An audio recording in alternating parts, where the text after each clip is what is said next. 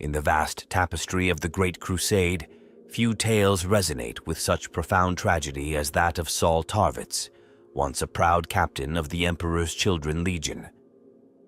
Before the fires of betrayal consumed the Imperium, Tarvitz exemplified the highest ideals of the astartes: honor, duty, and unwavering loyalty to the Emperor of mankind. Born on Terra and recruited into the Third Legion during its early days, Tarvitz rose through the ranks not through political maneuvering or excessive grandstanding, but through his tactical acumen and steadfast dedication. Unlike many of his brothers who sought perfection in increasingly elaborate displays of martial prowess, Tarvitz found his strength in efficiency and precision. His approach earned him both respect and subtle derision among the Emperor's children, marking him as somewhat of an outsider within his own legion. The 10th Company under his command became known for its remarkable consistency and reliability, traits that would later prove invaluable during the darkest hours of the Horus Heresy. Tarvitz's methodical nature and attention to detail set him apart from the growing obsession with flamboyance that began to grip his legion, especially after the discovery of their primarch, Fulgrim. As the Emperor's children pursued their relentless quest for perfection, Tarvitz maintained a grounded perspective that would eventually save countless lives. His friendship with ancient Rillinor and his complex relationship with First Captain Julius Kaiseron illustrated the deepening divisions within the Legion, between those who held to their original values and those who embraced more extreme interpretations of perfection. Yet it was on the verdant world of Istvan III that Saul Tarvitz would truly define his legacy. The seeds of his greatest triumph and the Legion's greatest betrayal were sown in the years leading up to this pivotal moment. His story serves as a testament to the power of individual choice in the face of overwhelming corruption and the price of maintaining one's honor when all around are surrendering theirs. This chronicle sets forth not just the tale of one space marine, but explores the larger themes of loyalty, betrayal, and the true meaning of perfection. Through Tarvitz's eyes, we witness the transformation of the Emperor's children from noble warriors into something far more sinister, and the courage required to stand against the tide of history itself. The betrayal at Istvan III would shake the foundations of the Imperium, but in those desperate hours, Saul Tarvitz would rise to heights few could have predicted, becoming a legend among both loyalists and traitors alike. His actions would ripple through time, inspiring future generations and serving as a reminder that even in the darkest moments, one warrior's unwavering conviction can change the course of history. In this crucible of betrayal and valor, Saul Tarvitz would prove that true perfection lies not in the pursuit of excellence at any cost, but in the steadfast adherence to principles in the face of ultimate adversity. His story begins not with the thunderous roar of bolter fire or the clash of armies, but with the quiet conviction of a warrior who chose to stand firm when the foundations of his world began to crumble. Let this account serve as both warning and inspiration, a testament to the power of choice and the eternal struggle between duty and corruption that defines the grim darkness of the far future. Key players, the stage of treachery. The drama that unfolded around Saul Tarvitz involved a complex web of characters and factions, each playing crucial roles in the events that would reshape the galaxy. At the center stood the Emperor's Children Legion, once paragons of perfection, now teetering on the brink of devastating corruption. Fulgrim, the Phoenician primarch of the Third Legion, loomed large over events even in his absence from Istvan III. His pursuit of perfection had transformed from noble aspiration to dangerous obsession, influenced by the insidious whispers of a demon-possessed blade. Under his leadership, the Legion's culture had shifted dramatically, fostering an environment where extremity and excess began to overshadow duty and honor. Lord Commander Eidolon represented the new face of the Emperor's children, arrogant, ambitious, and increasingly divorced from their original values. His modification of his own vocal cords to create the shriek exemplified the Legion's growing obsession with enhancement at any cost.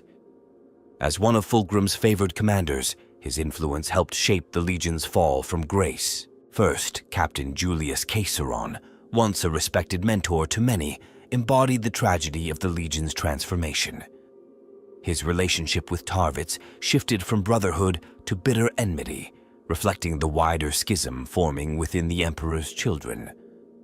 Caesaron's descent into excess and betrayal served as a dark mirror to Tarvitz's unwavering loyalty. Ancient Rylanor, the honored Contemptor dreadnought, stood as a bastion of the Legion's original values.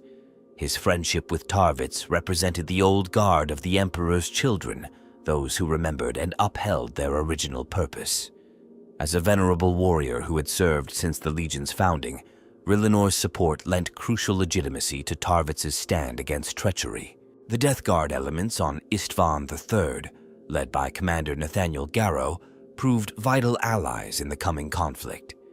Their presence demonstrated that corruption had not been limited to a single legion, and their resistance alongside Tarvitz would forge bonds of brotherhood transcending legion boundaries. Among the loyal forces, Captain Erlin of the World Eaters and Sergeant Nero Vipus of the Luna Wolves represented the broader scope of the betrayal. Their presence transformed what could have been an internal legion conflict into a microcosm of the larger heresy, with battle brothers forced to choose sides in an unprecedented civil war.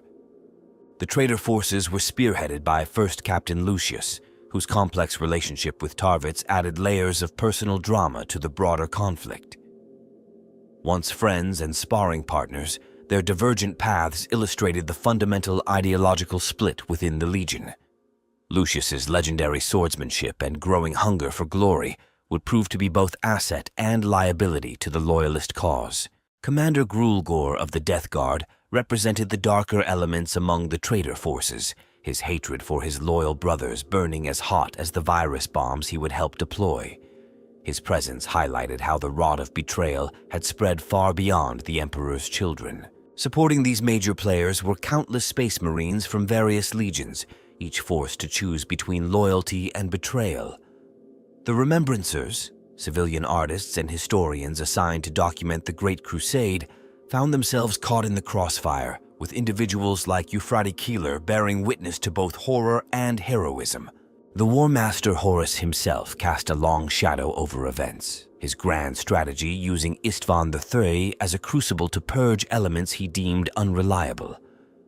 Though not physically present during the initial betrayal, his influence permeated every aspect of the unfolding tragedy. These various players, bound together by fate and treachery, would create a tapestry of loyalty and betrayal that would echo through the millennia. Their choices and actions would not only determine their own fates, but would help shape the very future of the Imperium itself. The seeds of betrayal were sown long before the first bombs fell on Istvan III, their roots reaching deep into the fundamental nature of the Emperor's Children Legion.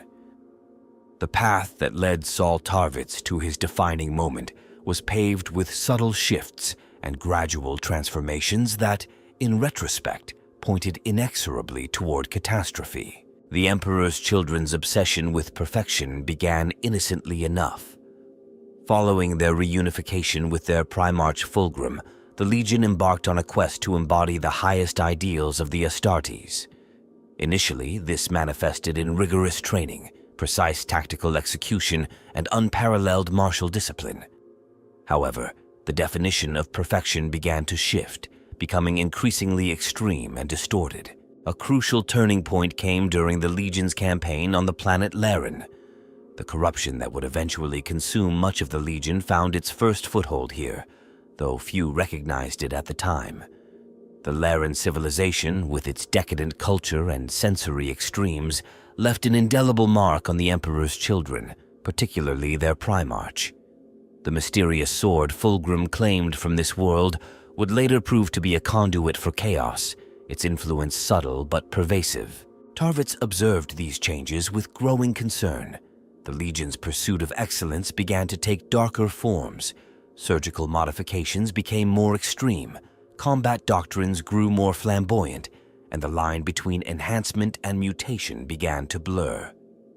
While others embraced these changes, Tarvitz maintained his focus on practical efficiency and tried to preserve the Legion's original values within his company. The relationship between the Emperor's children and the other legions also underwent a transformation.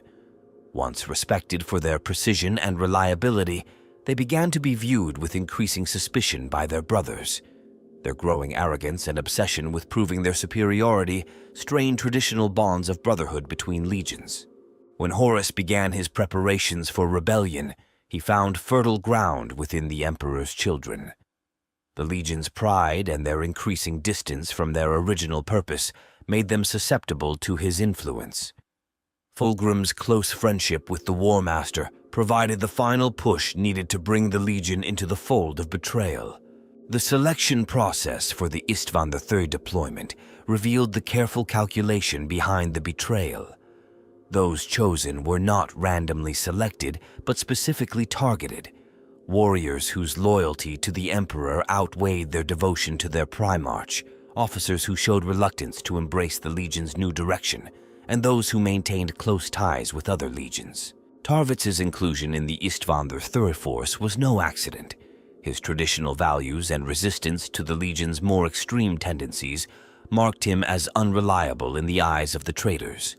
However, they underestimated both his tactical acumen and his ability to inspire loyalty in others, mistakes that would cost them dearly. The final days before the betrayal were filled with subtle warnings that few recognized. Unusual deployment orders, mysterious modifications to ships' weapon systems, and the strange behavior of certain officers might have raised alarms, but the very notion of astartes turning against astartes was so unthinkable that these signs went unheeded. In the midst of these machinations, Tarvitz maintained his dedication to duty, continuing to train his men and prepare for what he believed would be another compliance action. His focus on fundamentals and basic combat doctrine, once seen as outdated by some of his brothers, would prove crucial in the coming conflict. The stage was set for betrayal on a scale unprecedented in Imperial history.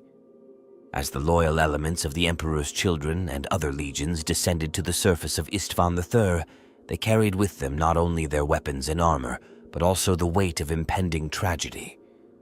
The variables were in place, the actors positioned, and the galaxy held its breath for the moment when brotherhood would shatter and the true face of betrayal would be revealed. Saul Tarvitz stood at the center of this gathering storm, unaware that his greatest test approached, a test that would transform him from a dedicated officer into a legend of the Imperium. The conditions that would forge his legacy were aligned, though none could have predicted the exact form his resistance would take or the impact it would have on the events to come. The treachery on Istvan III unfolded in distinct phases, each more devastating than the last. The initial deployment seemed routine. Loyal elements of the Emperor's children, Death Guard, World Eaters, and Sons of Horus descended to the planet's surface to suppress what they believed was a planetary rebellion. Tarvitz, leading his company with characteristic precision, had no inkling of the betrayal about to unfold. The first sign of treachery came not from direct combat, but from the skies above. Life-Eater virus bombs deployed by their own fleet descended upon the Loyalist forces. In this moment of ultimate crisis, Tarvitz's superior tactical awareness proved decisive. Unlike many of his brother officers, he recognized the threat immediately, thanks to intelligence gained from his unexpected encounter with Nathaniel Garrow of the Death Guard. What followed was a desperate race against time. Tarvitz commandeered a Thunderhawk gunship, displaying exceptional piloting skills as he navigated through enemy fire to reach the surface. His warning saved countless lives, allowing many astartes to seek shelter in sealed bunkers and underground structures. This action transformed the attempted extermination into a protracted siege, fundamentally altering the course of the battle. The virus bombing's aftermath created an apocalyptic landscape. The Life-Eater virus had transformed Istvan III's surface into a barren wasteland, leaving only those who had found sanctuary in sealed environments alive. The survivors, led by Tarvitz, regrouped and reorganized, establishing defensive positions in the Precentor's palace and surrounding structures. Tarvitz's leadership during this phase proved crucial. He quickly established a command structure that transcended Legion boundaries, coordinating the surviving forces of multiple legions into a cohesive fighting force. His tactical acumen shone as he organized the defense, utilizing the urban terrain to maximum advantage against the inevitable ground assault. The trader's next phase involved orbital bombardment, attempting to finish what the virus bombs had started. However, the sturdy Imperial architecture and the defenders' preparation allowed many to survive this onslaught. When the bombardment failed to eliminate the Loyalists, the traitor forces were forced to commit to ground combat. During the ground war, Tarvitz demonstrated why he had risen to the rank of captain. He orchestrated a masterful defense, using the rubble-strewn cityscape to channel enemy forces into killing zones and setting up crossfire positions that maximized the defenders' limited numbers. His intimate knowledge of Emperor's children tactics proved invaluable in anticipating and countering their attacks. The arrival of Lucius initially seemed to strengthen the Loyalist position. The legendary swordsman's combat skills bolstered their defensive capabilities significantly. However, this would later prove to be a critical turning point when Lucius, driven by jealousy of Tarvitz's leadership role, betrayed the Loyalists to the enemy. Despite Lucius's betrayal, Tarvitz maintained the defenders' cohesion. He adapted his strategies, rotating units to prevent exhaustion and maintaining morale through personal example. His presence on the front lines, fighting alongside common battle brothers, earned him respect that transcended Legion affiliations. The siege entered its final phase as the traitors launched increasingly desperate assaults to eliminate the Loyalist forces. Tarvitz continued to lead from the front, his tactical decisions becoming legendary among the survivors. Each failed assault on the Loyalist positions cost the traitors dearly, though the defenders' numbers gradually dwindled through attrition. Throughout these events, Tarvitz never lost sight of the larger picture. He understood that their resistance, while ultimately doomed, served a greater purpose. Every hour they held out was another hour that delayed the traitors' broader plans, and every casualty they inflicted weakened the forces that would eventually turn against Terra. The final stages of the battle saw Tarvitz and his forces continue their resistance long past what anyone could have expected.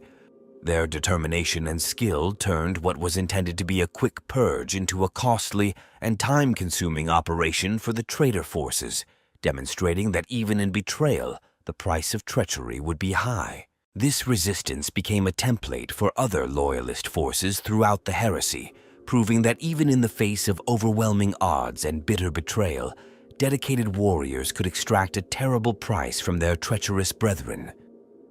Tarvitz's leadership during these events would be studied and admired by Imperial commanders for millennia to come. The pivotal moment in Saul Tarvitz's story occurred when he uncovered the planned betrayal and made his fateful decision to warn his fellow Loyalists. This singular choice, made in a fraction of a second, would alter the course of the battle for Istvan III and echo through Imperial history. The revelation came through a chance encounter with Captain Garrow of the Death Guard, who shared intelligence about the impending virus bombing. Lesser officers might have hesitated, doubting such an unthinkable warning, but Tarvitz's analytical mind quickly processed the information and recognized its terrible truth. His immediate response showcased both his tactical brilliance and moral courage. The decision to commandeer the Thunderhawk marked a point of no return. As Tarvitz piloted the craft through heavy fire, he knew he was severing all ties with his former legion. This was not merely a tactical decision, but a fundamental moral choice that defined his character. The specific maneuvers he executed during that flight became legendary, weaving through anti-aircraft fire, evading interceptors, and pushing the gunship to its absolute limits. Upon reaching the surface, Tarvitz faced another crucial decision point. Rather than seeking safety himself, he immediately began broadcasting warnings on all frequencies, exposing himself to potential enemy fire to save as many lives as possible. His clear, concise warnings and precise directions to nearby shelter locations demonstrated his leadership capabilities under extreme pressure. The moments following the virus bombing brought another pivotal choice. As survivors gathered in the Precentor's palace, Tarvitz had to quickly establish a command structure among warriors from different legions, each with their own traditions and pride. His approach was masterful, acknowledging each legion's strengths while organizing them into an effective fighting force. He didn't demand authority but earned it through his actions and tactical insights. Perhaps the most crucial test of Tarvitz's leadership came during Lucius's betrayal. The personal dimension of this betrayal was profound. Lucius had been not just a brother in arms, but a friend. When evidence of Lucius's treachery emerged, Tarvitz had to balance the immediate tactical response with managing the psychological impact on his forces. His handling of this situation revealed his emotional intelligence as well as his strategic mind. Another defining moment came when Tarvitz chose to maintain the defense of the Precentor's palace despite dwindling supplies and mounting casualties. This decision was based on his understanding that every hour they held out weakened the traitors' broader campaign. He recognized that their stand, while ultimately doomed, could influence events far beyond Istvan III. The way Tarvitz handled the increasing pressure of the siege demonstrated his exceptional character. As resources dwindled and casualties mounted, he maintained his composure and continued to lead by example. His decision to fight alongside common battle brothers rather than commanding from the rear inspired incredible loyalty and helped maintain morale during the darkest hours. A particularly telling moment came when Tarvitz had to decide how to utilize the remaining ammunition and supplies. His methodical approach to resource allocation, ensuring maximum effectiveness while maintaining reserve capacity, showed his strategic thinking even in the most desperate circumstances. He understood that in a siege, logistics could be as important as combat skill. The decision to launch counterattacks, despite their limited forces, revealed Tarvitz's aggressive tactical mind. These weren't mere desperate strikes, but carefully planned operations designed to keep the enemy off balance and prevent them from concentrating their forces. Each counterattack was timed perfectly to disrupt enemy preparations and maintain the defenders' fighting spirit. Tarvitz's final major decision was perhaps his most poignant: the choice to continue fighting even when it became clear that no rescue would come. This wasn't blind stubbornness, but a calculated decision to inflict maximum damage on the traitor forces, understanding that every casualty they suffered on Istvan III would weaken their eventual assault on Terra. These pivotal moments weren't just about military decisions, they revealed the core of Tarvitz's character. His choices were always guided by a combination of tactical wisdom and unwavering loyalty to his principles. Even in the face of certain death, he maintained his honor and duty, transforming what could have been a simple massacre into a costly victory for the traitors. The impact of these decisions extended far beyond the immediate battle. Tarvitz's actions became a template for loyalist resistance throughout the heresy, demonstrating that even in the darkest circumstances, individual courage and principle could make a significant difference. His choices showed that true loyalty wasn't about blind obedience, but about standing firm for one's beliefs, regardless of the consequences. Within the blood-soaked corridors of the Precentor's palace, the consequences of betrayal manifested in ways both epic and intimate. One particularly haunting incident occurred when Tarvitz encountered a mortally wounded Emperor's Children Marine, who, in his final moments, revealed the existence of hidden weapon caches beneath the palace, resources that would prove crucial to the defenders' prolonged resistance. The viral bombardment created an unexpectedly advantageous environment for the Loyalists. The apocalyptic landscape, coupled with the unique properties of power armor autosenses, allowed Tarvitz's forces to develop unconventional tactics. They used the toxic fog banks as cover, their armor systems allowing them to navigate, while their enemies, despite similar equipment, struggled with the unfamiliar conditions they themselves had created. A lesser-known aspect of the siege involved the discovery of ancient Rillenor's personal armory. The venerable dreadnought had maintained a secret stockpile of pre-heresy munitions, including rare variants of bolter ammunition and power cells. These weapons, untainted by the recent modifications that had begun to corrupt Legion equipment, proved remarkably effective against the traitors' increasingly mutated armor. The psychological warfare aspect of the battle took an interesting turn when Tarvitz began using the palace's Vox systems to broadcast old Legion battle hymns, songs from before their fall into excess. This simple act had a profound effect on both sides. For the Loyalists, it reinforced their connection to their Legion's noble past. For the traitors, it created unsettling reminders of the brotherhood they had betrayed. Perhaps the most dramatic moment came during what became known as the Mirror Chamber Massacre. Traitor forces breached a grand ceremonial hall filled with ancient mirrors, leading to a chaotic close-quarters battle where the reflective surfaces created an endless maze of images. Tarvitz used this confusion to devastating effect, with small teams of Loyalists appearing to be much larger forces through clever positioning and timing. The siege saw the emergence of improvised combat techniques that would later be adopted by Loyalist forces throughout the heresy. Tarvitz's defenders developed methods for using damaged power armor as makeshift barricades, their powered joints and ceramite plating proving surprisingly effective against heavy weapons fire. They also discovered that partially collapsed ruins could be strategically further demolished to create instant defensive positions or trap advancing enemies. An often overlooked detail was Tarvitz's innovative use of remembrancer equipment abandoned in the palace. Pict recorders and voxcasters were repurposed into surveillance networks, while paint pigments from artwork studios were used to mark different zones of control and create false signs of strength or weakness to mislead enemy forces. The presence of civilian remembrancers who survived the initial bombardment added another layer to the tragedy. Their continued documentation of events, even as they helped tend to the wounded, would later prove invaluable in understanding the true nature of the betrayal.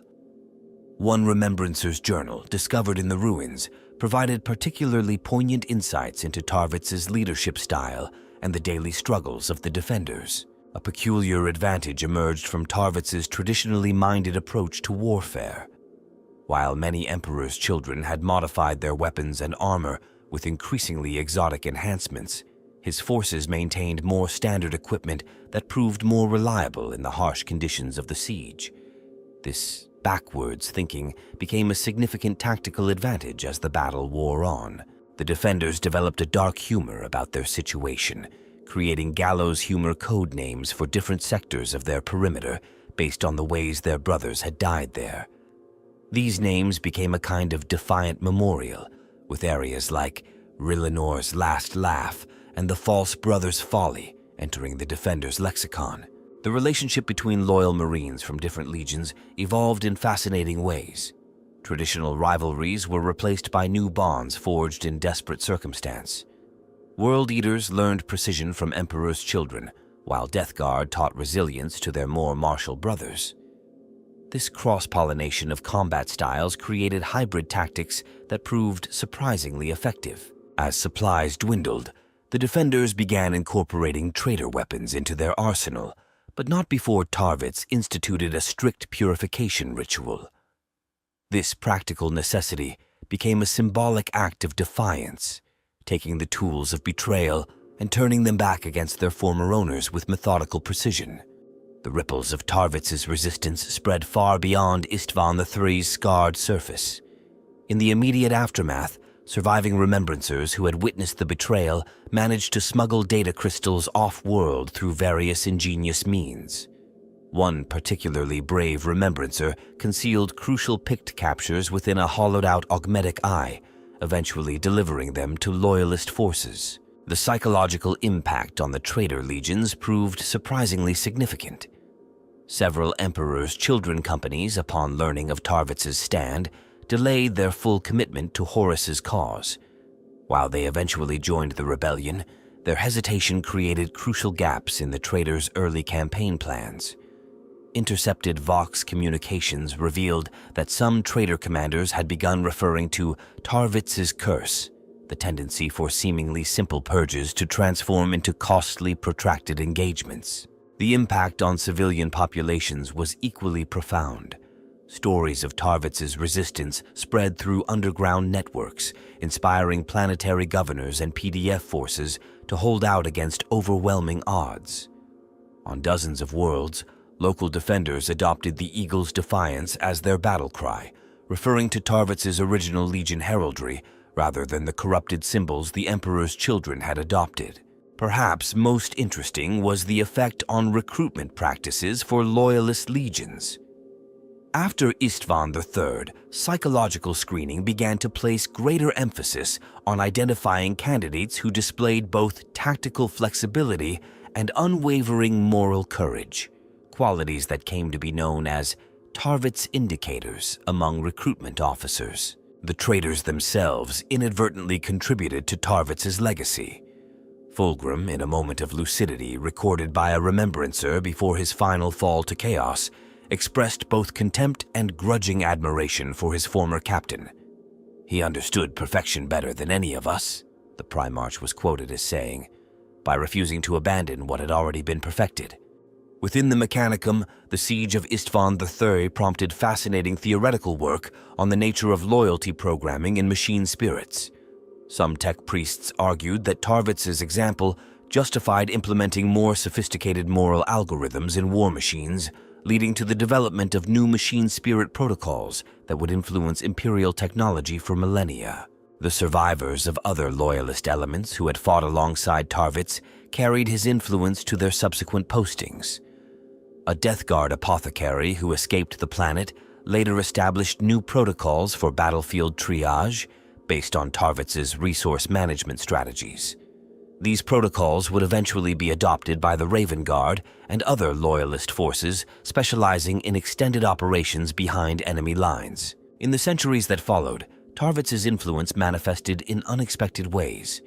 The Ordo Hereticus incorporated study of his tactical decisions into their training, recognizing that his methods for identifying and countering betrayal had applications beyond pure military strategy. Several Inquisitors adopted elements of his command style, particularly his emphasis on gathering and verifying intelligence before taking decisive action. Even the architecture of Imperial military installations was affected. The Tarvitz principle of incorporating multiple fallback positions and hidden supply caches became standard practice in fortress construction. Several notable Space Marine chapter fortresses were specifically designed with features inspired by the defense of the Precentor's palace. The Adeptus Administratum's historical records contain numerous references to Tarvitz scenarios, situations where a small, loyal force must hold out against overwhelming odds while maintaining operational security. These scenarios became standard elements in officer training throughout the Imperial military, teaching commanders to prepare for betrayal without becoming paralyzed by paranoia. Among the Emperor's children who remained loyal and survived to be incorporated into other Space Marine chapters, Tarvitz's example created a unique sub-tradition. These Marines developed a practice of maintaining absolutely standard, unmodified equipment as a mark of pride and remembrance, referring to this practice as keeping the Eagle's standard. Personal accounts from high-ranking traders recovered from various sources over the millennia revealed that Tarvitz's stand had created lasting paranoia in their ranks. Several Chaos Lords admitted to obsessively fortifying their positions against potential internal betrayal, citing the Istvan example as a lesson in never underestimating the damage that loyal elements could inflict. The technological aspects of Saul Tarvitz's campaign revealed fascinating innovations born of desperate circumstances. A particularly notable development was the modification of standard astartes armor power distribution systems.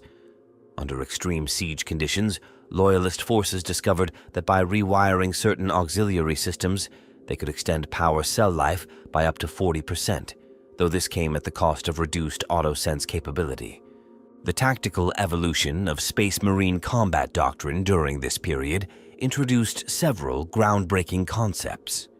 The Ghost Mark technique, developed by necessity, involved using damaged armor pieces to create false heat signatures, deceiving enemy auspex readings. This method proved so effective that it was later incorporated into standard Astartes infiltration protocols. In terms of weapons technology, the siege demonstrated the unexpected versatility of standard pattern bolters. Loyalist forces developed a technique called cascade firing timing bolt detonations to create chain reactions in rubble and debris. This maximized damage while conserving precious ammunition, proving particularly effective against massed infantry attacks. Communication systems underwent radical adaptation. Loyalist forces created an ingenious network using vibrations through the palace's structural bones, allowing them to coordinate without relying on potentially compromised Vox channels. This bone-speak protocol would later influence the development of secure communication systems throughout the Imperium. The unique environmental conditions created by the virus bombing led to discoveries about power armor performance in extreme conditions. Marines found that by deliberately venting certain servo systems, they could create localized fog banks for concealment. This technique, while damaging to the armor's long-term functionality, provided crucial tactical advantages in urban warfare. Combat medicine saw significant advancement. Apothecaries developed new methods for extending the viability of gene seed extraction under toxic conditions. The Precentor's preservation technique, as it became known, increased the survival rate of critically wounded astartes by allowing for more efficient resource utilization. The defensive formations employed introduced innovations in Space Marine urban combat doctrine. The rotating triplex formation allowed three-man teams to maintain continuous coverage while conserving energy, a technique that would later become standard in protracted siege operations. Analysis of weapon performance revealed surprising data about the effectiveness of traditional armaments versus modified variants. Standard pattern weapons demonstrated superior reliability under sustained combat conditions, leading to a reassessment of the value of weapon modification protocols throughout Loyalist forces. The management of finite resources produced remarkable innovations in logistics. The critical conservation protocol developed during the siege established new standards for ammunition distribution and power management that would influence Astartes operations for millennia to come. Close combat techniques evolved to adapt to the unique conditions of protracted urban warfare. The void step method of close quarters fighting, developed to deal with unstable footing in debris-strewn corridors, became a standard part of Astartes' close combat training. The integration of civilian infrastructure into military operations yielded unexpected benefits.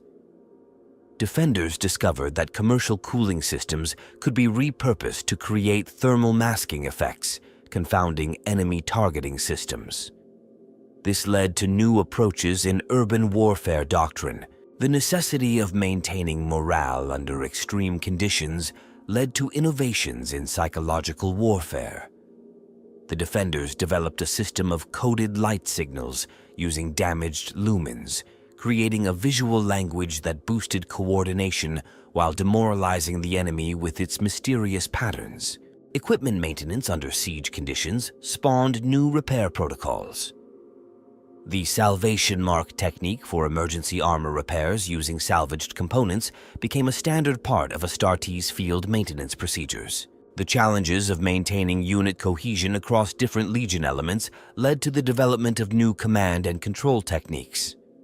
The mirror command structure allowed for seamless integration of different combat doctrines while maintaining tactical flexibility. Ammunition manufacturing saw creative developments. Defenders discovered methods for recycling spent bolt casings and creating improvised explosive compounds, leading to new standards in field resupply protocols. The use of architectural features for defensive purposes expanded standard military engineering doctrine. Techniques for rapidly converting civilian structures into defensive positions, dubbed swift fortification, became standard in urban warfare manuals. These technological and tactical innovations demonstrated how necessity drove evolution in Astartes' warfare doctrine. Many of these developments would go on to influence imperial military thinking for millennia, proving that even in defeat, advancement in warfare doctrine was possible. The siege also revealed new understandings about the limits of Astartes' physiology. The sustained combat conditions led to discoveries about recovery times, endurance limits, and the long-term effects of continuous combat operations, data that would prove invaluable for future campaigns. The heroes and villains of the Istvan III conflict represent a complex tapestry of loyalty, betrayal, and personal evolution. Ancient Rylanor exemplified unwavering dedication, his dreadnought frame housing a spirit that remained untainted despite centuries of service. His relationship with Tarvitz went beyond simple brotherhood. They shared a philosophical understanding of what the Emperor's children were meant to represent. Rylanor's custom-modified Contemptor chassis, adorned with pre-heresy honors, served as a walking reminder of the Legion's noble origins. Lieutenant Vespasian, though less celebrated in Imperial histories, played a crucial role as Tarvitz's sub-commander. His expertise in void warfare proved invaluable during the early stages of the conflict, particularly in coordinating the evacuation of civilians from upper habitat levels. Vespasian's personal honor guard, known as the Argent Shields, became legendary for their last stand in the Western Arterial, where they held off an entire company of traitor forces using nothing but combat knives and salvaged autopistols. Among the traitors, Lord Commander Eidolon represented the corruption of power at its most extreme. His modification of his own vocal cords to create the infamous shriek was just the beginning of his transformation. Recovered Pict captures show his armor becoming increasingly grotesque with each assault, its once pristine surfaces mutating into horrific organic forms. His obsession with destroying Tarvitz grew to such proportions that it actually compromised several major traitor operations. Solomon Demeter's story serves as a tragic counterpoint to Tarvitz's tale. Initially loyal, his inability to comprehend the scope of the betrayal led to fatal hesitation. His final words, recorded by a Remembrancer's Voxcaster, became a haunting reminder of the personal cost of civil war. We were meant to be perfect, but what measure of perfection demands the death of brotherhood? First Captain Lucius's role in the conflict reveals the complex nature of betrayal. His legendary swordsmanship was matched only by his growing psychological instability. Personal logs recovered from his abandoned quarters reveal a mind increasingly obsessed with surpassing Tarvitz, viewing him not just as a military opponent, but as an obstacle to his own ascension to glory. Captain Erlin of the World Eaters provided an interesting contrast to the Emperor's children's precision. His berserker rage, temporarily contained by respect for Tarvitz's leadership, created new tactical possibilities. The sight of World Eaters fighting with uncharacteristic discipline alongside the Emperor's children became a powerful symbol of unity among the Loyalists. The civilian Remembrancers who survived the initial bombardment became unexpected heroes in their own right. Serena D'Angelis, whose combat sketches captured the horror and nobility of the siege, provided invaluable intelligence through her artist's eye for detail. Her final work, a massive mural painted in her own blood, became a haunting testament to the conflict's psychological toll. Even among the rank-and-file Marines, extraordinary individuals emerged.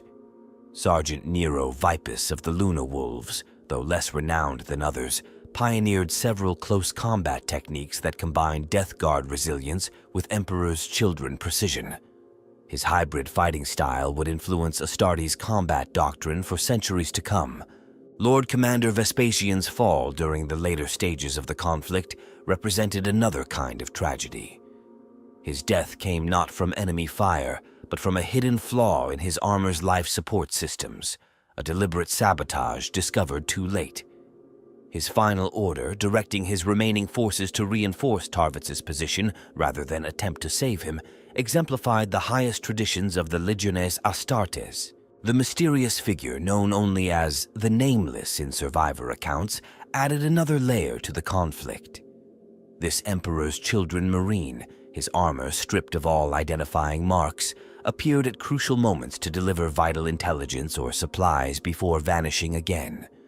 Some speculate he was a deep-cover operative from another legion, while others believe he was a traitor racked by guilt. Tech Adept Malevolus, though not an Astartes, earned his place in the annals of the siege through his innovative modifications to the palace's defense systems. His fusion of Mechanicum technology with ancient Terran security measures created defensive networks that claimed countless traitor lives. His final act, interfacing directly with the palace's machine spirit to trigger a cascade of explosions, devastated an entire traitor assault force. The actions of apothecary Fabius, though he fought on the traitor side, deserve mention for their historical significance. His early experiments in marine enhancement observed during the siege provided the first glimpses of the horrors he would later unleash upon the galaxy. Captured specimens from his failed experiments revealed the earliest stages of his descent into Medicae heresy. These individuals, both heroes and villains, transformed what could have been a simple massacre into an epic of loyalty, betrayal, and sacrifice. Their stories continue to resonate through Imperial history, providing lessons in both the heights of courage and the depths of treachery that Space Marines are capable of reaching. The mysteries and enigmas surrounding the conflict on Istvan III continue to intrigue Imperial scholars millennia later. One of the most compelling puzzles involves the discovery of sealed chambers deep beneath the Precentor's palace, containing perfectly preserved Emperor's Children armor, stands bearing curious modifications that predate the Legion's fall. These modifications suggest that some within the Legion had been preparing for potential internal conflict long before the heresy began. A particularly fascinating mystery revolves around the Phantom Vox transmissions. During the siege, defenders reported hearing ghostly communications through their armor systems, fragments of conversations that seemed to be echoing from both past and future. Some transmissions appeared to contain tactical information that proved eerily accurate, leading to speculation about temporal anomalies created by the intense concentration of psychic energy during the betrayal. The Crimson Scrolls, discovered centuries later in a sealed stasis vault, present another intriguing puzzle. These documents, written in a cipher that combined elements of both Loyalist and Traitor Legion codes, contain detailed predictions about the wider heresy that prove disturbingly accurate. Their authorship remains disputed, with some scholars suggesting they were the work of a precognitive remembrancer driven mad by their visions. Another enduring mystery concerns the fate of the Mirror Warriors. Several reliable accounts describe encounters with astartes wearing perfectly polished armor that reflected everything around them, making them nearly invisible in the chaos of battle. These warriors appeared to fight on the Loyalist side, but no legion maintained records of such specialized units. Their bodies were never recovered, and their true identity remains unknown. The synchronized sacrifice phenomenon poses yet another unexplained aspect of the siege.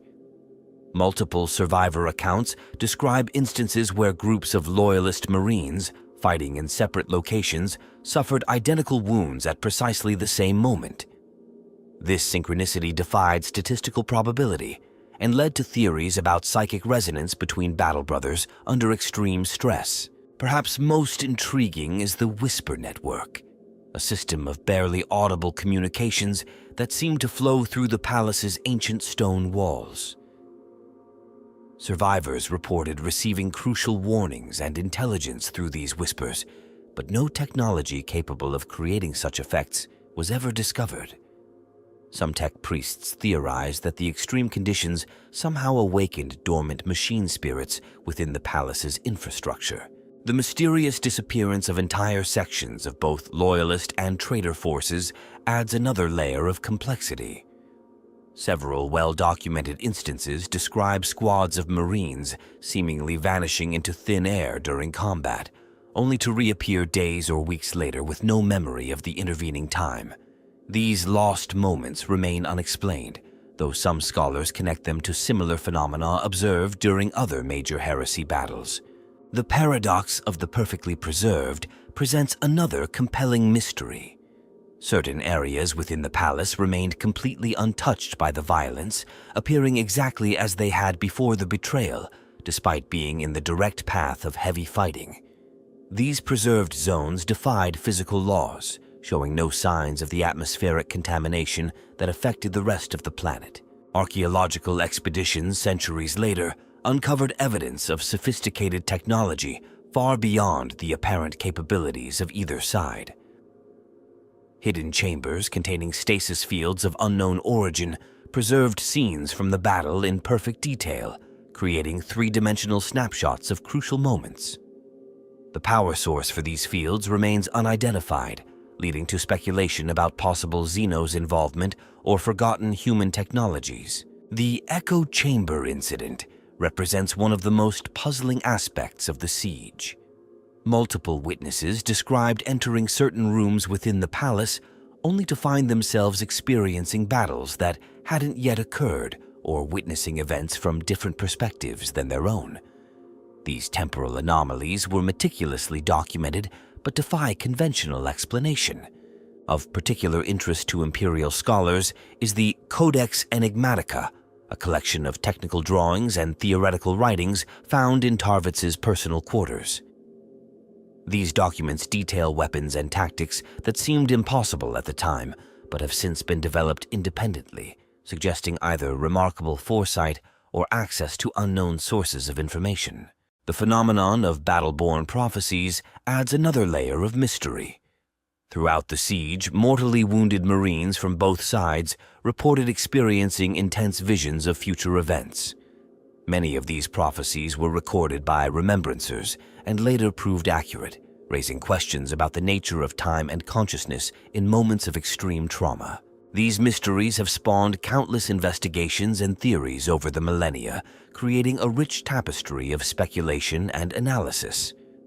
Some suggest that the intense concentration of violence and betrayal created unique warp phenomena, while others propose that ancient technologies or unknown Xenos influences played a role in these unexplained events. Imperial archaeologists continue to uncover new puzzles with each expedition to the ruins, finding evidence that challenges established narratives and raises fresh questions about the nature of the conflict. The mixing of technological, psychological, and potentially warp-based phenomena during the siege created a unique environment where the impossible became commonplace and reality itself seemed to bend under the weight of betrayal and sacrifice. The legacy of Saul Tarvitz and the events on Istvan III continue to resonate throughout the Imperium of Man. Far beyond the immediate aftermath of the betrayal, the ripples of those fateful days shape Imperial doctrine, culture, and philosophy in profound and unexpected ways. Within the hallowed halls of the Imperial Palace on Terra, a hidden chamber known as the Eagle's Vigil houses artifacts recovered from Istvan III. Among them, most poignantly, lies a shattered helm believed to be Tarvitz's own, its surface still bearing the distinctive marks of both loyalty and defiance. This chamber, accessed only by the highest-ranking members of the Adeptus Terra, serves as a solemn reminder of the price of vigilance. The influence on Space Marine chapter culture proves particularly fascinating. Several chapters, notably those with Emperor's Children gene seed predecessors, maintain traditions directly inspired by Tarvitz's example. The Celestial Eagles, for instance, require their officers to master what they call the three virtues of Tarvitz: tactical precision, unwavering loyalty, and the courage to stand alone when necessary. In the realm of Imperial military doctrine, the Tarvitz protocols have become standard training for elite guard units. These protocols emphasize the importance of maintaining combat effectiveness even when cut off from command structure, and the necessity of preparing for betrayal without becoming paralyzed by paranoia. The protocols have saved countless lives across millennia of conflict. Perhaps most remarkably, the events of Istvan III have entered Imperial religious tradition. Within certain sects of the Imperial cult, Tarvitz is venerated as the guardian at the gate of truth, a figure who exemplifies the virtues of loyalty and sacrifice. Annual ceremonies commemorate the siege, with participants maintaining vigilance through 3 days and nights of prayer and meditation. The Adeptus Mechanicus preserves their own unique perspective on the legacy. Their archives contain extensive analyses of the siege's technological aspects, particularly the innovative adaptations made under extreme circumstances. The Tarvitz efficiency theorem remains a fundamental principle in their approach to combat logistics and resource management. In the realm of Imperial architecture, the influence is literally set in stone. Fortress monasteries and defensive installations throughout the Imperium incorporate elements inspired by the defense of the Precentor's palace.